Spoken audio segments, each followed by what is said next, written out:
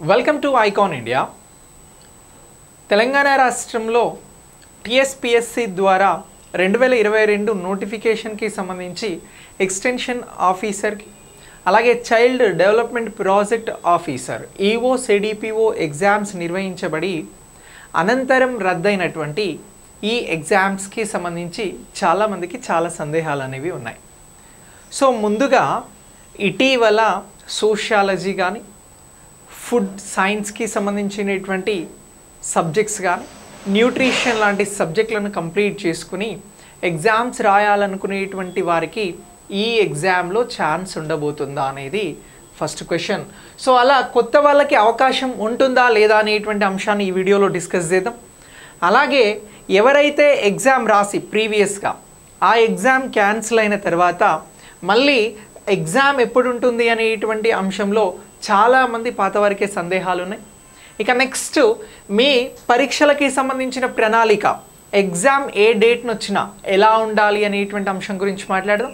దీనితో పాటు ప్రిపరేషన్ అనేది ఎక్కడి నుంచి ప్రారంభిస్తారు, ఎలా ప్రారంభించాలనుకుంటున్నారు అనేటువంటి అంశాలను గురించి కూడా ఈ వీడియో ద్వారా మనం తెలుసుకుందాం. సో మరి ఇలా తెలుసుకున్న అనంతరం మొదలెట్టాలి కాబట్టి సో వెంటనే ఆలస్యం చేయకుండా ఎవరైతే పాత అభ్యర్థులు ఉన్నారో వారు వెంటనే మీ ప్రిపరేషన్ని మొదలు పెట్టండి. ఎందుకు అనంటే టీఎస్పీఎస్సీ చాలా స్పష్టంగా ఎగ్జామ్ను క్యాన్సిల్ చేస్తున్నాము అని చెప్పింది. సో ఇలా క్యాన్సిల్ అయినటువంటి ఈ ఎగ్జామ్కి సంబంధించి రద్దయినటువంటి ఈ ఎగ్జామ్ని మళ్ళీ తిరిగి నిర్వహిస్తాము అని చెప్పింది. దేనికి సంబంధించి ఈఓ అండ్ సిడిపిఓకి సంబంధించినటువంటి ఎగ్జామ్స్ ఏవైతే ఉందో వీటిని నియామకాని కోసం ఎగ్జామ్స్ని పెడతాము అని చెప్పింది. సో తిరిగి మళ్ళీ పరీక్షలు అనేవి రాయాల్సి ఉంది. సో ఇప్పుడు చాలామందికి సంబంధించి ఈ మళ్ళీ పరీక్షలు రాసేందుకోసం అని చెప్పేసి సిద్ధమవుతా ఉన్నారు. ఒకవేళ సిద్ధం కాకుండా ఉన్నట్లయితే ఖచ్చితంగా వెంటనే మీ ప్రిపరేషన్ని ప్రారంభించాలి. సో మరి ఈ ప్రిపరేషన్కి సంబంధించి ఎక్కడి నుంచి ప్రారంభించాలి, ప్రిపరేషన్ ఏదైతే ఉందో ఈ ప్రిపరేషన్ అనేది ఎక్కడి నుంచి ప్రారంభించాలి అని అంటే మళ్ళీ మనకి ఇక్కడ 2 పేపర్స్ ఉన్నాయి. సో పేపర్ 1 ఉంది, పేపర్ 2 అనేది కూడా ఉన్నది. సో ఇక్కడ పేపర్ 1కి వచ్చి మొత్తం 15 సబ్జెక్ట్స్ని అడుగుతా ఉన్నారండి. ఎన్ని అని అంటున్నాం, 15 సబ్జెక్ట్స్ని ఎగ్జామినేషన్ పాయింట్ ఆఫ్ వ్యూలో అడుగుతా ఉన్నారు. ఇక్కడ ఒక 4 సబ్జెక్ట్స్ని మీరు చాలా విస్తృతంగా చదవాల్సి ఉంది. సో ఇలా 15 + 4 మొత్తం 19 సబ్జెక్ట్స్ ఉన్నాయి. ఇంకా సబ్జెక్ట్స్లో కొన్ని సబ్ టాపిక్స్ని ఇలా వేసుకుంటే ఆల్మోస్ట్ 30 సబ్జెక్ట్స్ వరకు ఇక్కడ మీరు చదవాల్సి ఉంది. 30 సబ్జెక్ట్స్ చదవాలి అని చెప్పేసి ఇక్కడ భయపడాల్సినటువంటి అవసరం అయితే లేదు. కానీ దీన్ని ప్లాన్ చేసుకుంటే మీ ప్రిపరేషన్ని ముందుకు తీసుకువెళ్ళడం అనేది చాలా ఈజీగా ఉంటుంది. సో ఇప్పుడు మనం మాట్లాడుతున్నటువంటి అంశాలలో ఇక్కడ ప్రధానంగా మనం తీసుకుంటున్నటువంటి వాటిల్లో మీ పరీక్ష ప్రణాళిక ఏంటి, ప్రిపరేషన్ ఎలా ప్రారంభించాలో చెప్పిన తర్వాత కొత్త వాళ్ళకి అవకాశం ఉంటుందా, ఎగ్జామ్ ఎప్పుడు ఉంటుంది అనేటువంటి అంశం గురించి మాట్లాడదాం. సో ఇప్పుడు అందరికీ కావాల్సినటువంటి అంశం, అందరూ వెంటనే చేపట్టాల్సినటువంటి అంశం ప్రిపరేషన్. సో ఈ ప్రిపరేషన్లో మీరు మీ ప్రిపరేషన్ అనేది పేపర్ 2 నుంచి చేస్తే బాగుంటుంది. ఎలా ప్రారంభించాలి అని అంటున్నాం, పేపర్ 2 నుంచి ప్రారంభించాలి. పేపర్ 2కి సంబంధించి మనల్ని సోషియాలజీ, సోషల్ వర్క్కి సంబంధించినటువంటి సబ్జెక్ట్స్ని అడుగుతా ఉన్నారు. పేపర్ 2లో మొత్తం 10 యూనిట్స్ ఉన్నాయండి. ఎన్ని యూనిట్స్ ఉన్నాయి, 10 యూనిట్స్ ఉన్నాయి. ఈ 10 యూనిట్స్లో 4 సబ్జెక్ట్స్కి సంబంధించి సోషియాలజీ గురించి అడుగుతా ఉన్నారు. అలాగే child development psychology point of వ్యూలో సబ్జెక్ట్ని అడగడం జరుగుతూ ఉంది. ఫుడ్ అండ్ న్యూట్రిషన్ సబ్జెక్ట్ని అడగడం జరుగుతూ ఉంది. దీనితో పాటు ఎకానమీ సబ్జెక్ట్ కూడా ఇందులో ఇన్క్లూడ్ అయి ఉన్నది. సో ఇలా ఈ 4 సబ్జెక్ట్స్కి సంబంధించి మీరు ప్రిపరేషన్ చేసుకుంటే సిడిపిఓ అభ్యర్థులకైతే, ఎవరికి అని అంటున్నాం, సిడిపిఓ అభ్యర్థులకి ఇక్కడ 150 ప్రశ్నలకి గాను 2 మార్కుల చొప్పున మొత్తం 300 మార్క్స్కి 300 మార్కులకి లేదా 300 మార్క్స్కి మీకు స్కోరింగ్ అనేది ఉంటుంది. ఇక నెక్స్ట్ మీకు ఈ 4 సబ్జెక్ట్స్ని విస్తృతంగా చదివేందుకు, 10 యూనిట్లని విస్తృతంగా చదివేందుకు మీకు ఇక్కడ చాలా తక్కువ టైం ఉంది అనేటువంటి అంశాన్ని కూడా గుర్తుంచుకోవాలి. ఒకవేళ టీఎస్పీఎస్సీ అతి త్వరలో ప్రకటన చేసి ఎగ్జామ్స్ నెక్స్ట్ 3 months లో లేదా 4 months లో లేదా 2 months లో పెడతాము అని అంటే మనం ఇక్కడ టెన్స్ కి లోన్ అయ్యేటువంటి అవకాశం ఉంది. ఎందుకు అని అంటే ఎగ్జామ్ అనేది మీరు చాలా రోజుల క్రితం రాశారు, నెలల క్రితం రాశారు. ఇప్పుడు ఆల్మోస్ట్ ఆల్ ఎగ్జామ్ అనేది కంప్లీట్ అయింది, దీంతో మనకు అవసరం లేదు, జాబ్ రాలేదు, జాబ్ వచ్చింది అనేటువంటి అంశాలను గురించే మాట్లాడారు. ఇప్పుడు సడన్ గా ఎగ్జామ్ ని అంటే మళ్ళీ తిరిగి రీకండక్ట్ చేస్తాము అని చెప్పిన తర్వాత మనం వెంటనే ఇక్కడ రీఛార్జ్ అవ్వాల్సినటువంటి అవసరం ఎగ్జామినేషన్ కోసం ఉన్నది. సో ఇలా ఈఓకి అయితే 150 మార్క్స్, 150 క్వశ్చన్స్, సిడిపిఓకి అయినా 150 క్వశ్చన్స్. ఎక్కడి నుంచి వస్తా ఉన్నవి ఏంటివి అని అంటే ఈ 4 సబ్జెక్ట్స్ నుంచి రావడం జరుగుతూ ఉంది. మనం అనేటువంటి సైకాలజీ, చైల్డ్ డెవలప్మెంట్, అలాగే మనం మాట్లాడుతున్నటువంటి ఫుడ్ అండ్ న్యూట్రిషన్, అలాగే దీనికి సంబంధించి ఎకానమీ పాయింట్ ఆఫ్ వ్యూలో, దీనితో పాటు సోషాలజీ, సోషల్ వర్క్ రిలేటెడ్ గా ఇక్కడ నుంచి 4 సబ్జెక్ట్స్ అనేవి ఉన్నాయి. సో ఈ 4 సబ్జెక్ట్స్ ని చదువుకోవడం వలన ఇక్కడ 150కి సంబంధించినటువంటి క్వశ్చన్స్ ని, దీనికి సంబంధించినటువంటి మార్క్స్ ని మనం పొందడానికి అవకాశం అనేది ఉంది. సో ఇంకా ఒక గొప్ప అదృష్టం, మనందరికి తెలిసిన అదృష్టం ఏంటి అని అంటే, సో ఇందులో గొప్ప అవకాశం ఏంటి అని అంటే కాంపిటీషన్ వచ్చి ఓన్లీ ఉమెన్ మధ్యనే ఉంది కాబట్టి, సో మళ్ళీ జోన్ 1కి వచ్చి సిడిపిఓ పోస్టులు ఎక్కువగా ఉన్నాయి. ఎక్కడ అని అంటున్నాం? జోన్ 1లో ఎక్కువగా ఉన్నాయి. ఇక సిడిపిఓకి వచ్చి జోన్ 2లో తక్కువ పోస్టులు ఉన్నప్పటికీ సో మనం గట్టిగా చదివితే ఇక్కడ ఈ జాబ్ ని అచీవ్ చేసుకోవడానికి అవకాశం ఉంది. ఇక ఈఓ ఎగ్జామ్ కి మీకు సంబంధించి తెలిసిందే. సో ఇలా ఈఓ ఎగ్జామ్ కి కానీ సిడిపిఓ ఎగ్జామ్స్ కి కానీ ఈ 4 సబ్జెక్ట్స్ అత్యంత కీలకం. వీటిని వెంటనే ప్రారంభించాలి. ప్రారంభించడంతో పాటు వీటిపైన ఎగ్జామ్స్ రాయాలి, వీటికి సంబంధించినటువంటి క్లాసెస్ అనేవి మనం వినాలి. సో దీనికోసం మనం ఆన్లైన్, ఆఫ్లైన్ క్లాసెస్ ని ప్రారంభించడం జరిగింది. ఈ ఆఫ్లైన్, ఆన్లైన్ క్లాసెస్ ద్వారా మీరు ఈ పేపర్ మొత్తాన్ని కూడా లైవ్ లో వినవచ్చు లేదా ఆఫ్లైన్ లో వినవచ్చు. దీనికి సంబంధించి నెక్స్ట్ ఏంటి అని అంటే డైలీ ఎగ్జామ్స్ అనేవి కూడా రాయొచ్చు. దీనితో పాటు మీరు గ్రాండ్ టెస్ట్లు రాయడానికి కూడా అవకాశం ఉంది. సో ఇలా ఈ 4 పేపర్స్ ని చదువుకుంటే చాలా తక్కువ సబ్జెక్ట్స్ ఉన్నటువంటి ఇది మనం చాలా వాస్ట్ గా, విస్తృతంగా, చాలా ఇన్ డెప్త్ గా చదువుకోవడం వలన ఇక్కడ స్కోరింగ్ చేయడానికి అవకాశం ఉంది. ఎగ్జామ్ లో సిలబస్ లో చాలా క్లియర్ గా అడుగుతా ఉన్నారు. ఏమని అడుగుతా ఉన్నారు? ఈ సబ్జెక్ట్స్ అన్ని కూడా డిగ్రీ లెవెల్లో ప్రిపేర్ అయి ఉండాలి అని చెప్పేసి చెప్తా ఉన్నారు. ఏ లెవెల్లో ప్రిపేర్ కావాలి అని అంటున్నారు? డిగ్రీ లెవెల్లో ప్రిపేర్ కావాలి. ఈఓకి కానీ సిడిపిఓకి కానీ ఈ సబ్జెక్ట్స్ ని పేపర్ 2లో కామన్ గా అడుగుతా ఉన్నారు. ఇక పేపర్ 1 కూడా కామనే. కాకపోతే ఇక్కడ పేపర్ 1 కి సంబంధించినటువంటి ప్రయారిటీస్ మీ ప్రిపరేషన్ ని బట్టి ఉంటాయి. మొత్తం 15 సబ్జెక్ట్స్ ని అడుగుతా ఉన్నారండి. ఇందులో కరెంట్ అఫైర్స్ నుంచి తెలంగాణ పాలసీస్, బేసిక్ ఇంగ్లీష్ కూడా మీకు అవగాహన ఉండాలి అని అడుగుతా ఉన్నారు. ఇది 150 మార్కులు. ఈ 15 సబ్జెక్ట్స్ లో మనకి యావరేజ్ గా తీసుకుంటే ఒక్కో సబ్జెక్ట్స్ నుంచి ఇక్కడ 10 మార్క్స్ ని మనల్ని ఎగ్జామ్ లో అడగడానికి అవకాశం ఉందండి. ఇక్కడ ఈ 4 సబ్జెక్ట్స్ ని యావరేజ్ గా తీసుకుంటే మనకి యావరేజ్ గా 30 నుంచి 40 మార్క్స్ ఒక్కొక్క సబ్జెక్ట్స్ నుంచి ఇక్కడ అడగడానికి అవకాశం ఉంది. సో ఇలా ఈ రెండింటిని గురించి మనం అబ్జర్వ్ చేస్తే పేపర్ 2 అనేది మీరు ఇమీడియట్లీగా కంప్లీట్ చేసుకోవాలి. పేపర్ 1 అనేది మీ రెగ్యులర్ గా మీకు ఉండేటువంటి టైంలో కొంత టైం పెట్టి చదవాలి. ఎందుకు అని అంటే కొంతమంది ఆస్పిరెంట్స్ కంటిన్యూస్ గా ఏదైతే ఈఓ, సిడిపిఓ ఎగ్జామ్స్ ఉన్నాయో వీటితో పాటు ఇతర పోటీ పరీక్షల కోసం పేపర్ 1 ని రెగ్యులర్ గా ప్రిపేర్ అవ్వడం జరుగుతుంది. పోటీ అనేది మీకు ఎక్కువగా ఇక్కడే ఉంటుంది. ఎక్కడ ఉంటుంది అని అంటున్నాం? పోటీ అనేది ఎక్కువగా ఈఓ, సిడిపిఓకి సంబంధించినటువంటి ఎగ్జామ్ లో పేపర్ 1 మీ తోటి అభ్యర్థులు, మీ పోటీదారులు ఎక్కువగా స్కోర్ చేయడానికి అవకాశం ఉంది అనేటువంటి అంశాన్ని గుర్తుంచుకోండి.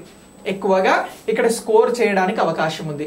సో మీరు ఫస్ట్ ఇది ప్రిపేర్ అయి ఉన్నట్లయితే దీని మీద కొన్ని ఎగ్జామ్స్ రాస్తూ మీరు ఎట్ ద సేమ్ టైం ఈ పేపర్ 1 పైన ఫోకస్ పెంచుకోవడానికి అవకాశం ఉంది. పేపర్ 1లో టఫ్ ఉంటుంది, పేపర్ 2లో టఫ్ ఉంటుంది. కానీ పేపర్ 2కి వచ్చేసరికి ఇందులో కొంతమంది సోషాలజీ చేసి ఉంటారు, కొంతమంది ఫుడ్ సైన్స్ అండ్ న్యూట్రిషన్ చేసి ఉంటారు. కాబట్టి ఇది వచ్చిన వాళ్ళు అక్కడ వీక్ ఉంటారు, అక్కడ ఆ సబ్జెక్ట్ లో ఎక్స్పర్ట్ అయినటువంటి వారు ఇక్కడ వీక్ ఉంటారు.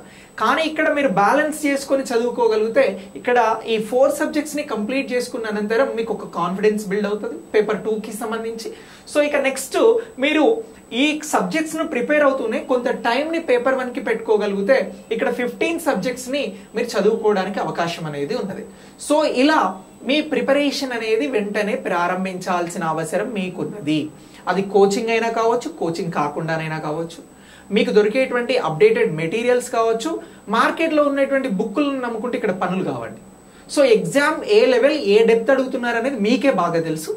సో ఇటీవల బడ్జెట్స్ లాంటివి వస్తూ ఉన్నాయి, కొత్త కొత్త స్కీమ్స్ వస్తూ ఉన్నాయి. Especially women and child welfares కి సంబంధించి స్కీమ్స్ పైన ఎక్కువగా క్వశ్చన్స్ అడుగుతూ ఉంటారు. ఫుడ్ సైన్స్ అండ్ న్యూట్రిషన్ కి సంబంధించి మనకి అంతర్జాతీయ ప్రమాణాలు వస్తూ ఉంటాయి. సో వీటి మీద సెమినార్స్ జరుగుతూ ఉంటాయి. సోషల్ వర్క్ కి సంబంధించి, సోషాలజీకి సంబంధించినటువంటి కొత్త కొత్త కేసెస్ కానీ, కొత్త కొత్త యాక్ట్స్ కానీ, ఇవన్నీ కూడా మీకు ప్రాథమికంగా మార్కెట్లో ఉండేటువంటి బుక్స్లలో లభించడానికి చాలా తక్కువ అవకాశాలు అనేవి ఉన్నాయి. సో మీరు ఏ చదివినా అప్డేటెడ్ మెటీరియల్తో చదువుకుంటే ఇక్కడ ఎక్కువ పర్ఫార్మెన్స్ చేయడానికి అవకాశం ఉంది ఎగ్జామినేషన్ పాయింట్ ఆఫ్ వ్యూలో. అలా ప్లాన్ చేసుకోండి. దానికి ది బెస్ట్ కోచింగ్ ఏది, ది బెస్ట్ ఏది అనేది అది మీ ఓన్ డెసిషన్. సో కానీ ఐకాన్ ఇండియా దీనికి సంబంధించి ఆన్లైన్ ఆఫ్లైన్ క్లాసెస్ని ప్రొవైడ్ చేస్తూ ఉంది ఎక్స్క్లూజివ్గా. డైలీ ఎగ్జామ్స్ ఉంటాయి, గ్రాండ్ టెస్ట్లు ఉంటాయి. పేపర్ 2 మీద మనం మెటీరియల్స్ ఇవ్వబోతా ఉన్నాం, అప్డేటెడ్ మెటీరియల్. సో ఇప్పుడు మా దగ్గర జాయిన్ అయినటువంటి అభ్యర్థులకి ఈ రోజు బడ్జెట్లో ఉమెన్ అండ్ చైల్డ్ వెల్ఫేర్ కి సంబంధించిన మినిస్ట్రీ కోసం కేటాయించిన బడ్జెట్ల నుంచి యూనిసెఫ్ కి కేటాయించిన బడ్జెట్ల వరకు డిస్కస్ చేయడం జరిగింది. ఇప్పుడు మా దగ్గర జాయిన్ అయినటువంటి వారు ఆ వాటి మీద ఏ విధంగా క్వశ్చన్ అడిగినా ఆన్సర్ చేయగలుగుతారు, ఎందుకంటే అంత క్లియర్ కట్ ఇన్ఫర్మేషన్ మనం ఇవ్వడం జరుగుతుంది. ఇది మీ ప్రిపరేషన్ కి సంబంధించి మీరు ప్రారంభించాల్సినటువంటి విధానం. వెంటనే ప్రారంభించండి. ఇక ఈ 15 సబ్జెక్ట్స్ కి సంబంధించి హిస్టరీ ఉంటుంది, పాలిటీ ఉంటుంది, ఎకానమీ ఉంటుంది, జియోగ్రఫీ ఉంటుంది, తెలంగాణ పాలసీస్ ఉంటాయి, కొత్త ప్రభుత్వం తీసుకొచ్చే పాలసీస్ కి ఇప్పుడు ప్రయారిటీ ఉంటుంది ఎగ్జామినేషన్ పాయింట్ ఆఫ్ వ్యూలో, రీజనింగ్ ఉంది, ఇంగ్లీష్ ఉన్నది, బేసిక్ ఇంగ్లీష్. దీనితో పాటు ఇంకా ఇతర సబ్జెక్ట్స్ పాలిటీ కానీ, గవర్నెన్స్ కానీ ఇలాంటివన్నీ ప్రిపేర్ కావాల్సినటువంటి అవసరం చాలా స్పష్టంగా ఉంది. ఇది వెరీ వెరీ నీడ్ టు అస్.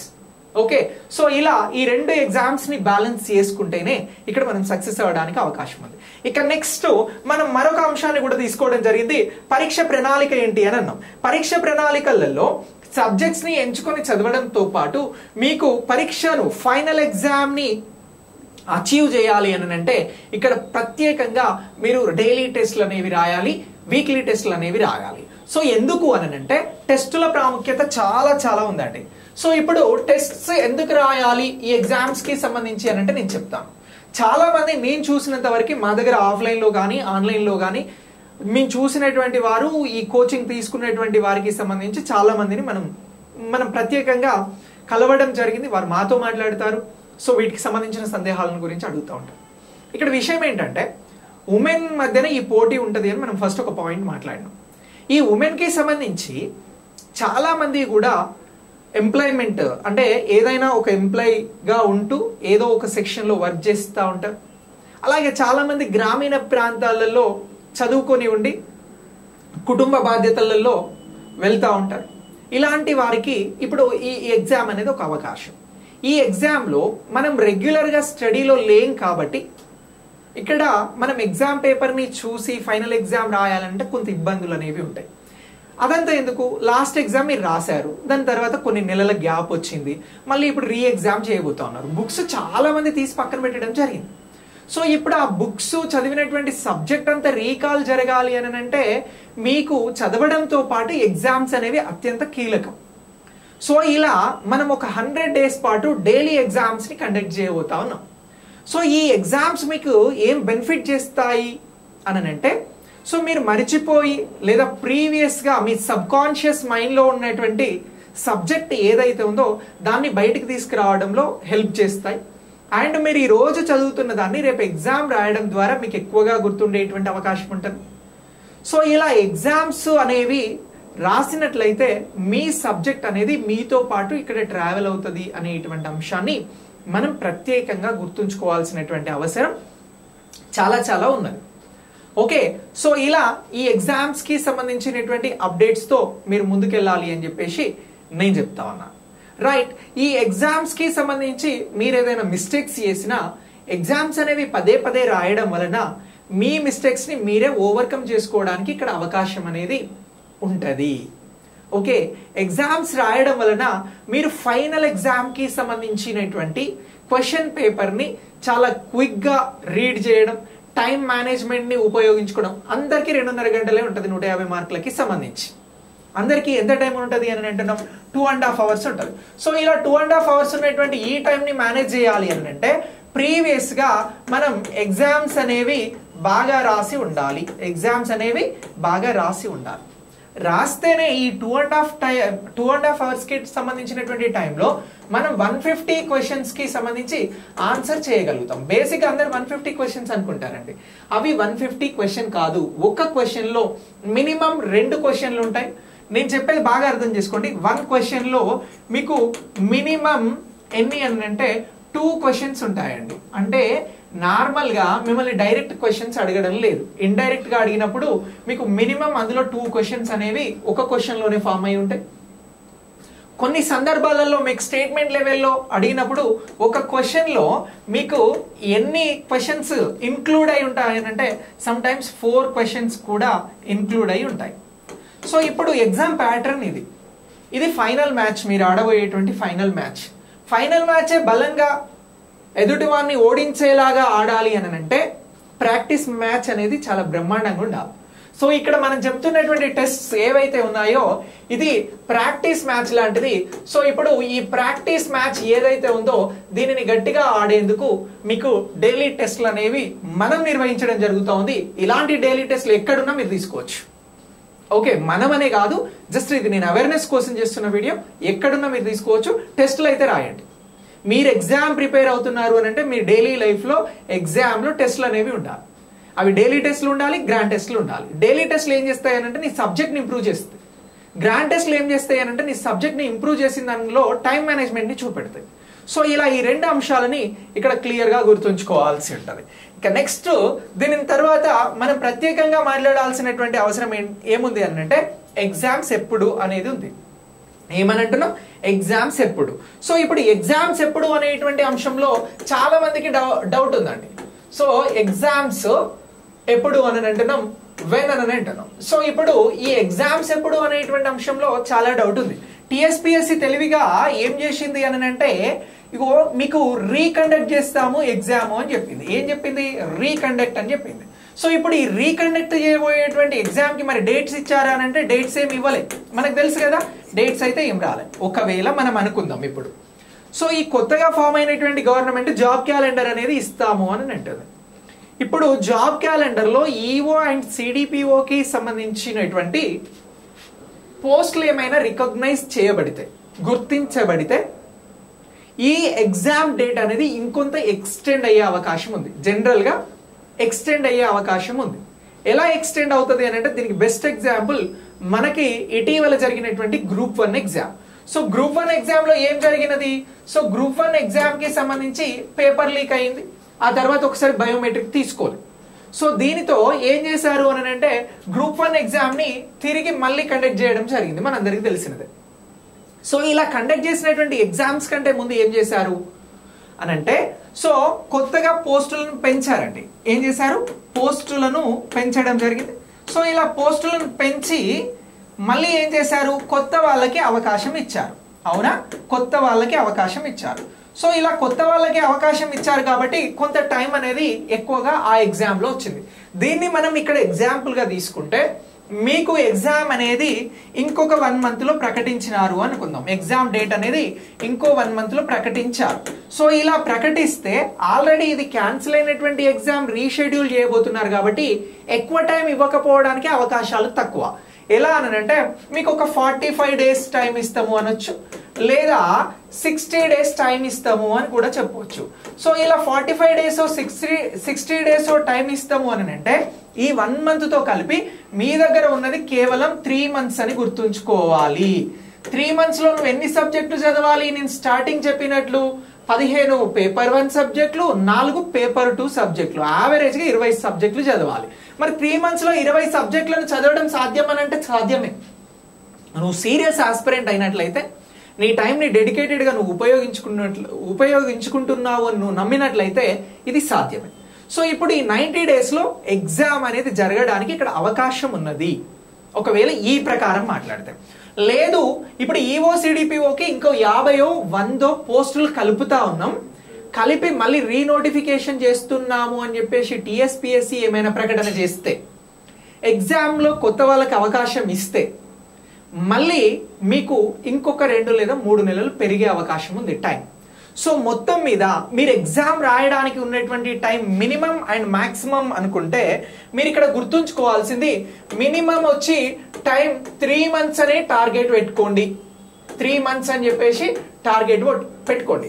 ఇక మాక్సిమం వచ్చి టైం ఎంత అని అంటే 6 months అని చెప్పేసి ఇక్కడ టార్గెట్ పెట్టుకుంటే మీ టార్గెట్ కి తగ్గట్లుగా మీరు ఇక్కడ ప్రణాళిక చేసుకొని ముందుకెళ్తారు. కానీ ఏది ఏమైనా నువ్వు 3 months లోపే మళ్ళీ మొత్తం సబ్జెక్ట్ నేర్చుకునేలాగా ప్రణాళిక చేసుకో. నేను చెప్తున్నటువంటి అంశం ఏంటి అని అంటే 3 months లోనే పేపర్ 1 పేపర్ 2ని అద్భుతంగా చదివి సో నేర్చుకునే ప్రయత్నంలో నువ్వు సక్సెస్ కావాలని నేను కోరుకుంటున్నా, ఐకాన్ ఇండియా కోరుకుంటుంది. ఒకవేళ 3 months లో నీకు ఎగ్జామ్ ఉంటే నువ్వు ready to right exam. Okay okay so 3 months లో ఎగ్జామ్ లేదు, నీకు ఎగ్జామ్ 6 months కని తెలిసింది. అప్పుడు నీ ప్రిపరేషన్ ఇంకా ఇంకా ఇంకా మెరుగవుద్ది. సో నీ ప్రిపరేషన్ అనేది ఇంకా షైన్ అవ్వడానికి ఇక్కడ ఎక్కువ అవకాశం ఉంది. సో 6 months టైం వచ్చింది అనుకోండి, మీ ప్రిపరేషన్ ఇక్కడ ఏమవుతుంది అని అంటే డబుల్లోకి వెళ్ళిపోతుంది. సో మీరు 1 లెవెల్లో ప్రిపేర్ అయ్యారు, 2nd లెవెల్లో ప్రిపేర్ అవ్వడానికి అవకాశం దొరుకుతుంది. కానీ నష్టం అయితే లేదు కదా. సో ఇలా దీన్ని మీకు నచ్చితే ఫాలో అవ్వచ్చు. సో ఇలా ఎగ్జామ్స్ కి సంబంధించినటువంటి క్లారిటీ అనేది మనం అంచనా వేస్తా ఉన్నాం. దీంట్లో ఏమైనా జరగవచ్చు జరగకపోవచ్చు, ఇది అంచనా మాత్రమే. గ్రూప్ 1 ఎగ్జామ్ జరిగినటువంటి ఎగ్జాంపుల్ ని బేస్ చేసుకొని నేను చెప్తున్నటువంటి అంచనా. కానీ నీకు 3 months టైం ఉంది, 3 months లోనే నువ్వు ప్రిపేర్ అయ్యేలాగా నీ ప్రణాళిక చేసుకో. సో ఇలా ఈ ప్రణాళిక చేసుకుంటే నీ సక్సెస్ కి ఒక నాంది అనేది స్టార్ట్ అవుతుంది. ఇక నెక్స్ట్ దీని తర్వాత కొత్త వాళ్ళకి అవకాశం ఉందా అనేటువంటి అంశం గురించి కూడా ఒకసారి మాట్లాడదాం.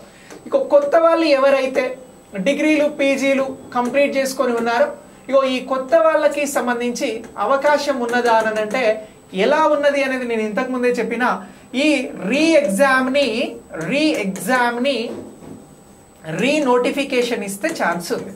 ఏమనంటున్నాం? రీ నోటిఫికేషన్ ఇస్తే ఛాన్స్ ఉంది. సో ఇప్పుడు గవర్నమెంట్ ఏమంటుంది, జాబ్ క్యాలెండర్ అనేది ఇస్తాము అని చెప్పేసి చెప్పడం జరుగుతూ ఉంది.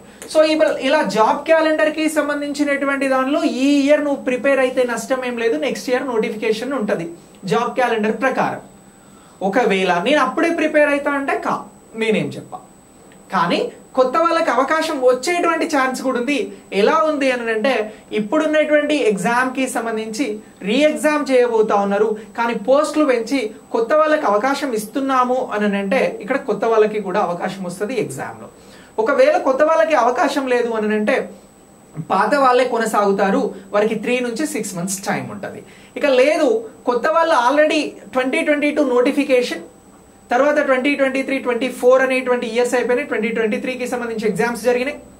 ఇప్పుడు ఒక 2 సంవత్సరాలు గడిచిపోయింది కాబట్టి ఇవ్వాలి అనేటువంటి డిమాండ్ ఏమైనా గవర్నమెంట్ దృష్టికి వెళ్ళినా, టీఎస్పీఎస్సీ దృష్టికి వెళ్ళినా, లేదు టీఎస్పీఎస్సీ ఒక కోణంలో ఆలోచించి ఆల్రెడీ పోస్టులు వేకెన్సీస్ అనేవి జాబ్ క్యాలెండర్ లో భాగంగా గుర్తించబడ్డాయి కాబట్టి అదే ఏదో ఇక్కడే మళ్ళీ రీనోటిఫికేషన్ ఇచ్చి ఈ ఎగ్జామ్ ను కండక్ట్ చేద్దాం 6 months లో అనుకుంటే కొత్త వాళ్ళకి అవకాశాలు మెరుగ్గా కనబడతా ఉన్నాయి. సో మీరు ఆస్పిరెంట్ అయితే 3 నెలలలో అచీవ్ చేయడానికి అవకాశాలు చాలా కొద్ది మందికే ఉంటాయండి. మీరు ఇప్పటి నుంచే మీ ప్రిపరేషన్ ని స్టార్ట్ చేయండి. కొత్త వాళ్ళైనా కూడా మీకు నోటిఫికేషన్ లో ఛాన్స్ ఉన్నా లేకున్నా కూడా మీరు చేయాల్సిన మొదటి ప్రక్రియ ఏంటి అని అంటే ఇప్పటి నుంచే ప్రిపరేషన్ ని ప్రారంభించండి. సో పాత వాళ్ళందరికీ కూడా నేను 3 months టార్గెట్ టైం ఇస్తా ఉన్నా. కొత్త వాళ్ళందరికీ కూడా ఆ 3 months లో అవకాశం వచ్చి 6 months లో అవకాశం వస్తే జాబ్ సాధించుకునే అవకాశం ఉంటుంది. సో ఎవరైనా కూడా మీరు ఎక్స్టెన్షన్ ఆఫీసర్ కానీ సిడిపిఓ ఉద్యోగాలకి సంబంధించిన అభ్యర్థులైతే వెంటనే మీరు చేయాల్సినది మీ ప్రిపరేషన్ ని ప్రారంభించడం. అది పేపర్ 2 నుంచి ప్రారంభించండి. ఎందుకంటే మనం అక్కడ 4 సబ్జెక్టులను గురించే చదువుతాం, అది డిగ్రీ లెవెల్లో ప్రిపేర్ అవుతాం కాబట్టి మనకు అక్కడ ఒక్కో సబ్జెక్ట్ నుంచి 30 నుంచి 40 మార్కులు స్కోరింగ్ చేసుకోవడానికి అవకాశం ఉంది. కాబట్టి ఫస్ట్ పేపర్ 2 కంప్లీట్ అవుతుంది. పేపర్ 1 కి సంబంధించి 15 సబ్జెక్టులు ఉంటాయి. ఆ 15 సబ్జెక్టులను కూడా మీరు సైమల్టేనియస్ గా పేపర్ 2తో పాటు చదువుకోగలిగితే అద్భుతమైన విజయాన్ని మీ సొంతం చేసుకొని మీ కుటుంబానికి ఉన్నటువంటి కలలను నెరవేర్చడంలో, మీకు ఉన్నటువంటి డ్రీమ్స్ ని నెరవేర్చుకోవడంలో మీరు ముందుంటారు. సో సిడిపిఓ జాబ్ కానీ ఎక్స్టెన్షన్ ఆఫీసర్ జాబ్ కానీ మీకు వేతనం రావడమే కాకుండా ఒక సేవ చేస్తున్నాము అనేటువంటి సాటిస్ఫాక్షన్ ఇచ్చేటువంటి గొప్ప జాబ్స్.